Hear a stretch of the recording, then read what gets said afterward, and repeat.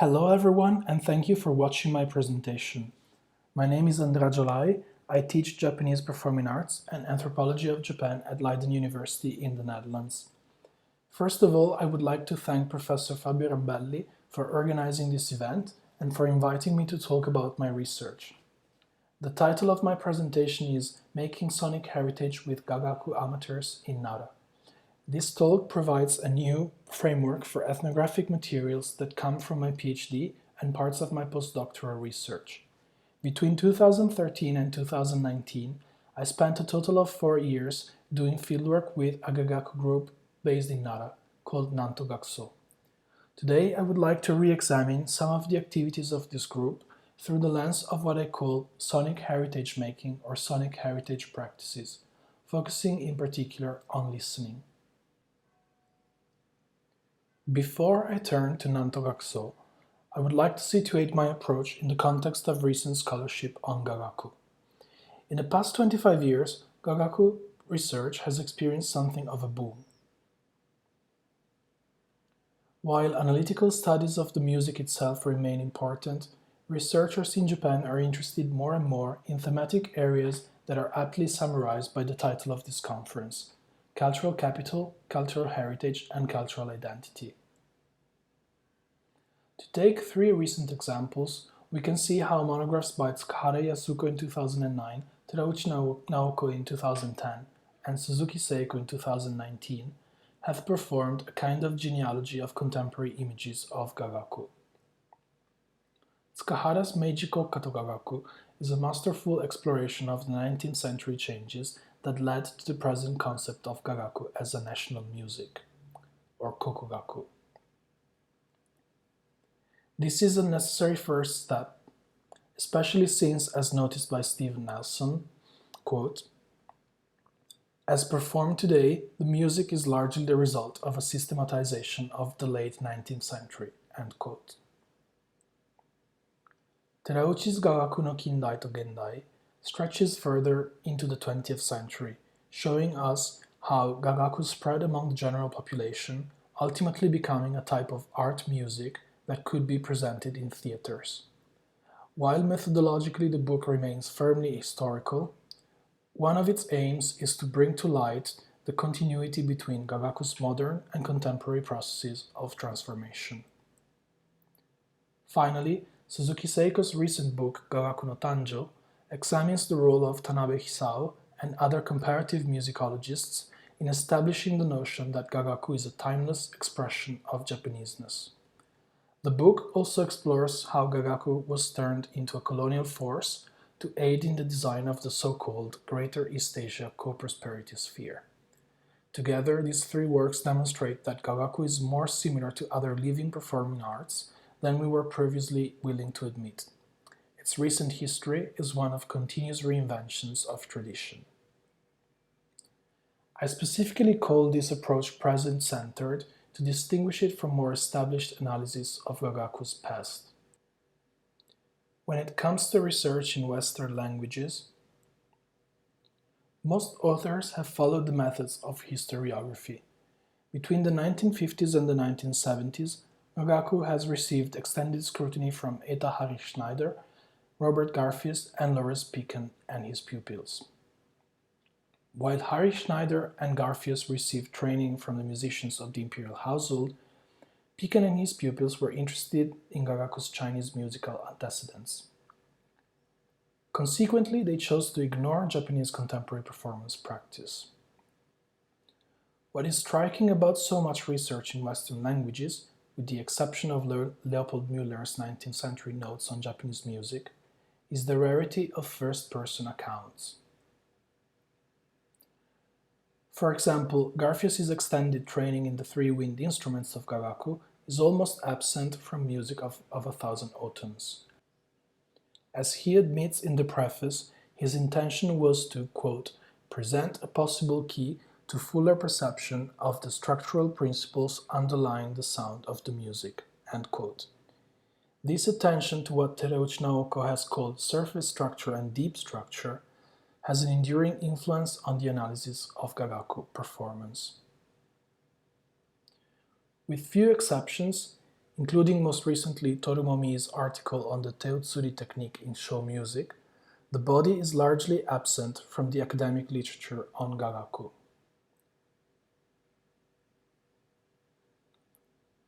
In anthropology, it was the crisis of representation that followed the publication of Writing Culture in 1986 that reinstated the body of the ethnographer as part and parcel of the production of knowledge. Clifford and Marcus famously asked, "But what of the ethnographic ear?" challenging both writing and vision as the driving forces of a hegemonic, text-centered paradigm. Following their approach, my research with Gagaku practitioners is inspired as much by histories of music making, or musicking, to use Christopher Small's famous term, as by histories of embodied listening. I situate my work within the emerging field of the anthropology of sound and sonic ethnography. This does not mean that I downplay history. To the contrary, and especially in its localized context, history is crucial to how performers hear and discuss Gagaku. However, by emphasizing the centrality of the soundful body of the performers, I want to illuminate some of the concrete processes through which sonic heritage is made. Such an approach is in line with present-centered studies of Gagaku because it shares their interest in the social and cultural construction of Gagaku as a living entity. At the same time, it tries to broaden the scope of Gagaku research from the analysis of musical objects to that of material and semiotic networks. I ask, what is the role of listening in the practice of Gagaku? What are the histories of local performers' listening practices? How do practitioners relate their embodied musicking to that body of knowledge that is the received history of listening? And finally, how do music and listening together contribute to making sonic heritage? I start exploring these questions from the practice room, or keikoba, arguably the most important site of Nanto Gakuso's Gagaku practice.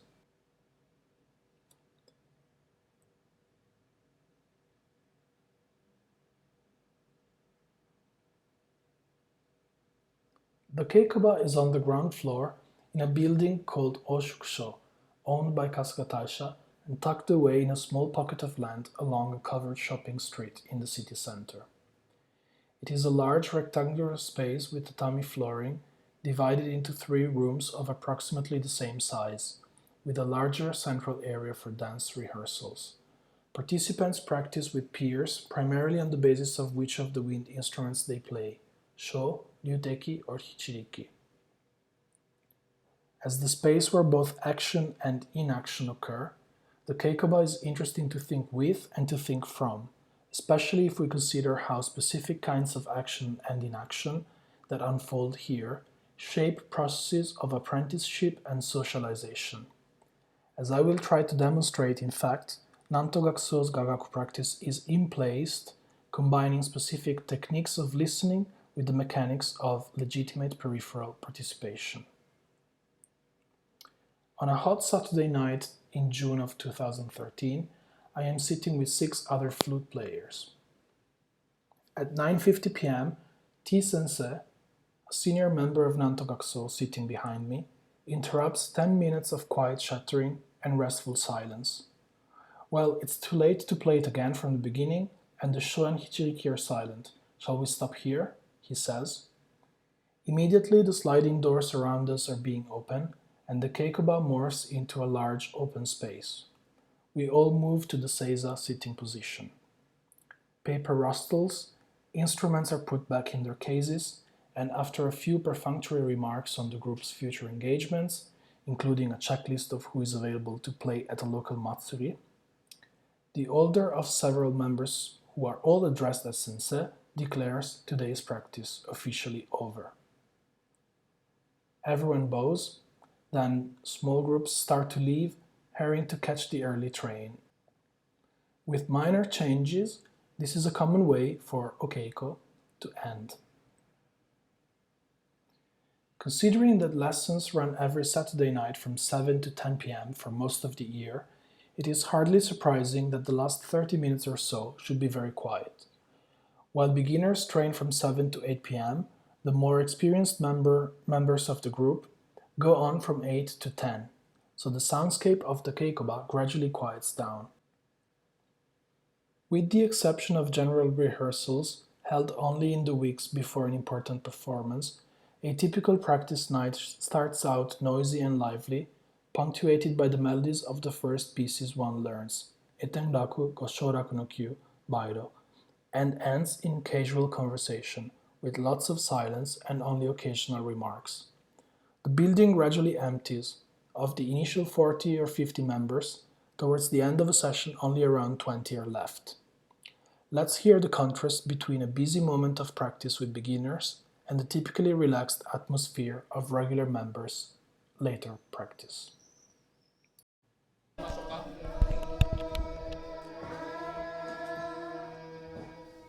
正式に歌うと長いんやけどねはい、いきますね。なら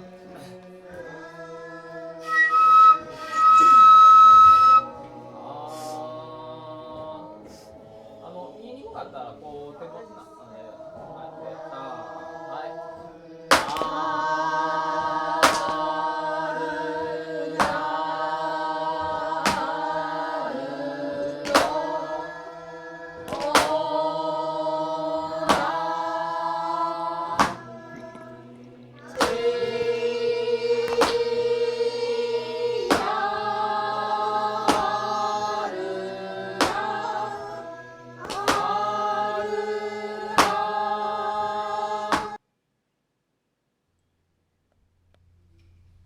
そんな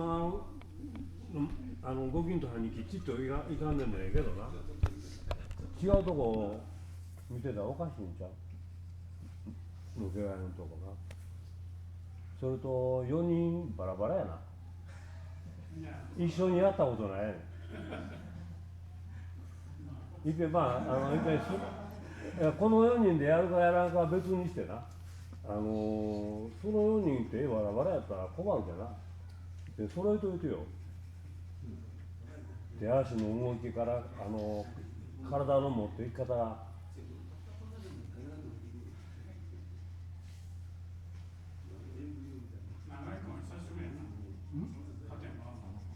そんなことない。そんなことない。大祭りやってるやろ。いや、それはあいつも勝手やねんやってないことない。大祭りどっちやっとる。Today's busy, often overwhelmingly noisy acoustic environment stands in stark contrast to what Gagaku training sounded like, in Nara only a few decades ago. The forerunners of Nantogakuso were the members of a group formed in 1932 as Kasuga Jinja Kogaku Hozonkai, Society for the Preservation of Traditional Music of Kasuga Shrine, from which the current group emerged as an independent section in 1968. Based on my interviews, all 6 veteran members of the group joined before 1968, and some as early as in 1949. When I asked them to describe what Okeiko sessions were like in the old days, they all admitted that it was a more intimate affair. Describing it as man-to-man or one-to-one, they pointed out that it wasn't until after the war that they were able to practice at Kasuga Taisha. Before, it was normal to go to one's teacher's house. While the teaching methods themselves have remained largely the same, these veterans lament that in the old days the training was more personalized, and one could make progresses more swiftly. It was easier to direct beginners, and there was much less background noise. As one of my sensei remarked, today's practice is like this, noisy and busy. In the old days, it was slow and quiet." End quote. While it's easy to assume that Gagaku groups simply preserve their methods of music transmission, these interviews reveal that even something as inconspicuous as a room's soundscape can change dramatically over time. As we just heard, nowadays the practice moves back and forth from chanting shoga together to playing an entire piece once or twice. But its pace leaves room for what I call moments of quiet. These are moments in which, at first glance, the action doesn't seem to flow, but rather to stand still. Flow has been famously described as the holistic sensation present when we act with total involvement. While in my experience Gagaku practitioners in Nara do consider the weekly practice rewarding and fun, it is interesting to see how more mundane moments of quiet inactivity can be more effective in generating sociality and a sense of belonging to the group. From this point of view, paying attention to moments of quiet does more than de-romanticize the stereotype of artistic performance as consisting in a sequence of memorable instances that just flow. It also shows the significance of listening practices in doing as well as in researching Gagaku.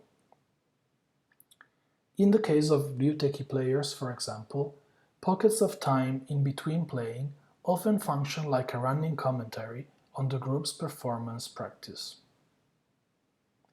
In semi-overt and at times almost furtive ways, alternative notations for a piece are passed around the room. This can lead to extended discussions on how to phrase a melody or where it's more appropriate to take a breath. Sometimes a sensei might suggest that more than one solution is acceptable, and each time a discussion like this leads to the acknowledgement of alternative performance choices, a small but significant change is made to Nantokakuso's Gagaku tradition.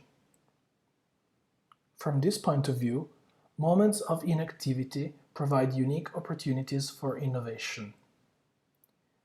If they want to be able to recognize a fleeting opportunity for such innovations, practitioners must learn to listen attentively to what is happening around them. Thus, listening in the keikoba is not a passive act, but a bodily technique in its own right. During the 2013 edition of the intensive Gagaku summer course held every year in August, I was able to capture on video another example of the way in which the group fosters specific odile techniques, defined by Jonathan Stern as, quote, a concrete set of limited and related practices of listening and practical orientations toward listening, end quote. The course is hosted by Kasuga Taisha and has been running since 1932. For new and prospective members, it is an opportunity to experience the style of Nantokakuso and start creating a bond with other members. For 5 usually very hot days, the focus is as much as conviviality and socialization as it is on learning to play a new instrument. Given this conscious effort made to generate a pleasant atmosphere, it is not surprising that the summer course is rich in moments of inactivity during which playing subsides and listening comes to the fore as the preferred mode of engagement. One day, toward the end of a lunch break, small groups of children and adults had formed spontaneously across the wide hall of the Keiunden building, inside Kasuga Grand Shrine. Sitting next to the stage, one of the sensei and S-san, an experienced flute practitioner, were immersed in a personalized lesson. As the sensei started demonstrating the correct way of playing a melody on the kagurabue flute, I noticed a small group of 6 on their right. 3 small girls, probably around 6 or 7 years old, were laughing and playing quietly, glancing in the direction of the music, all the while being supervised by one of the mothers and 2 other women. That was it, a simple scene. When I recorded it, I was interested in the way the sensei and his disciple were working out the expression of tempo and phrasing in a passage in free form. However, reviewing my awkward recording, I am struck rather by the girl's behavior. Let's watch it.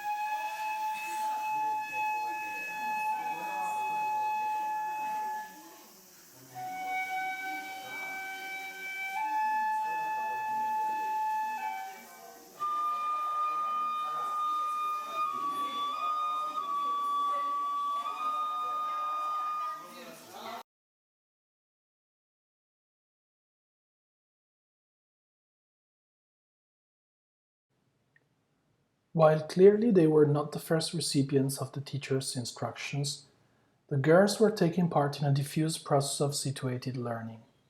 In fact, the entire social dynamic can be understood as an example of what Love and Venger called legitimate peripheral participation.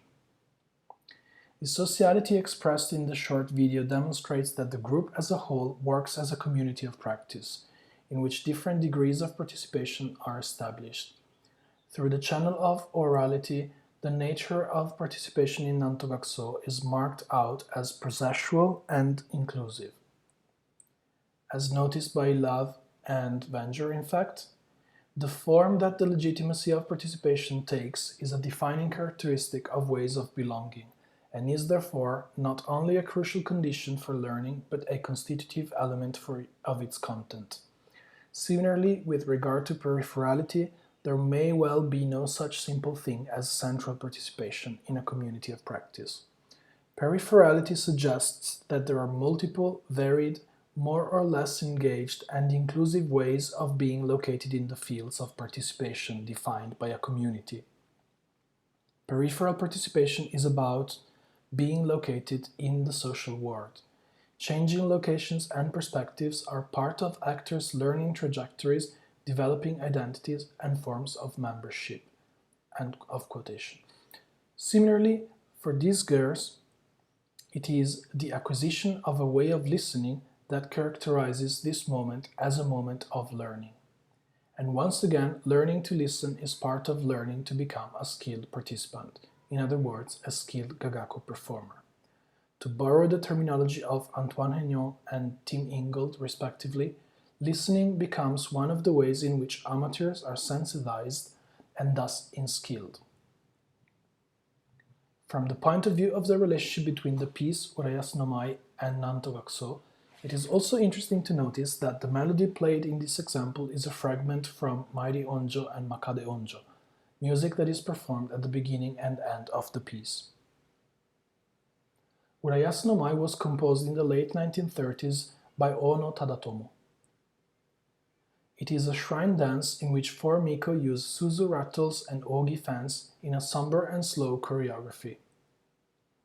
It is similar to other forms of dance performed by shrine maidens at Kasuga Taisha, with Nantogakuso accompanying both miko and kannushi, such as the Miko Kagura performed at Kasuga Wakamiya on Matsuri.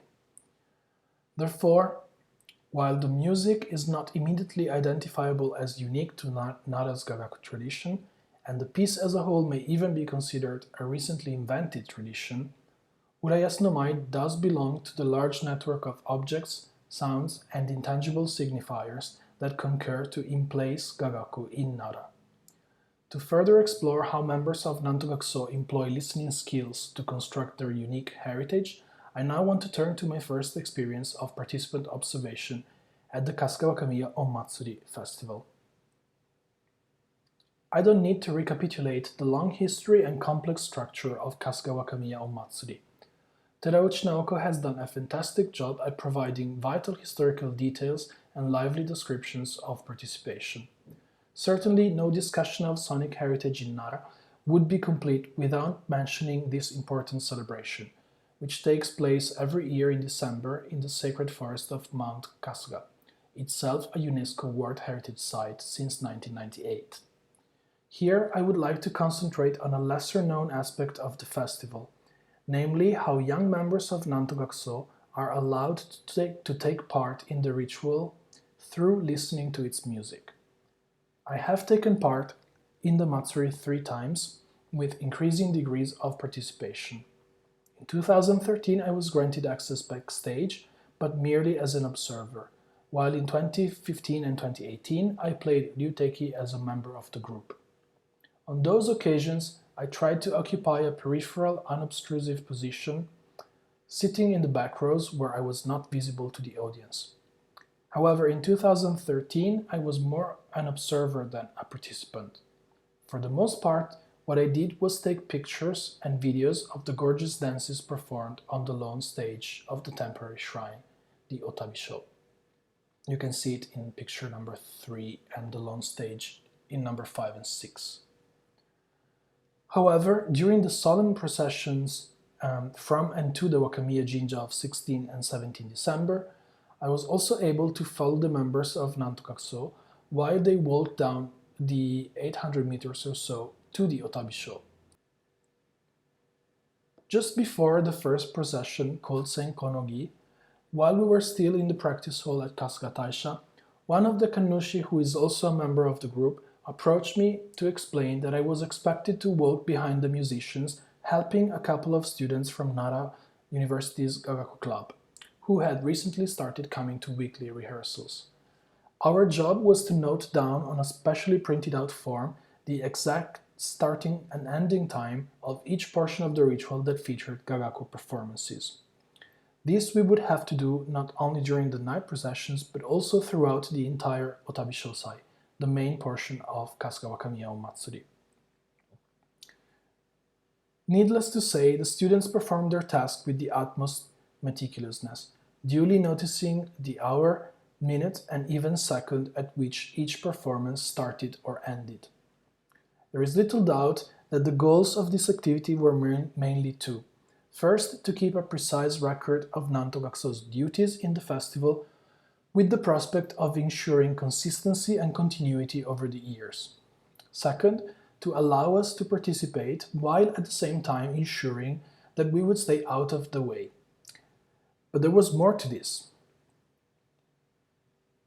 In fact, by forcing us to focus on listening and on listening attentively, the group was also emphasizing that the auditory channel was an accepted route for becoming a member of the group. As trivial as this example may seem, it is significant because it shows that dancing and playing are not the only means through which Nantogakuso is able to sustain the Matsuri, as the participants often say.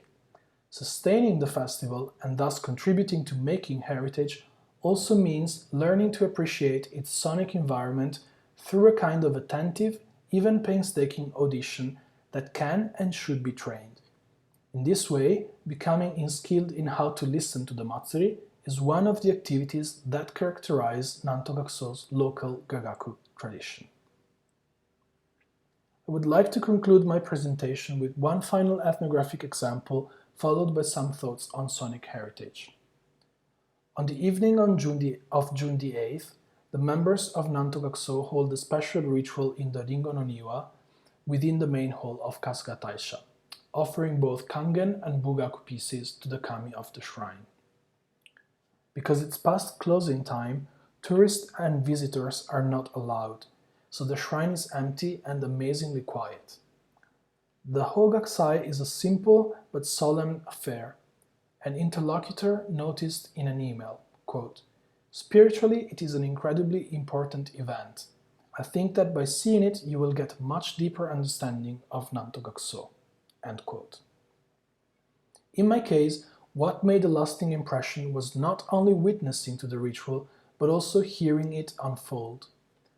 Interestingly, sound recordings were not allowed, and that might be one of the reasons why this event in particular stands out in my memory. It is difficult to describe what intense listening experiences are like. Sound is bound by time and thus ontologically ephemeral and ambiguous. At the same time, it has a lasting, transformational force. If the moment is right, the listening subject is a listener while becoming, as well, what is listened to quote Deborah Caption. From this point of view, in the absence of spectators, the Hogakusai was as much for the kami, the non-human listeners, as it was for the group itself. Through its own performance, the group listened to itself in a collective auditory act that was also at the same time a sonic offering.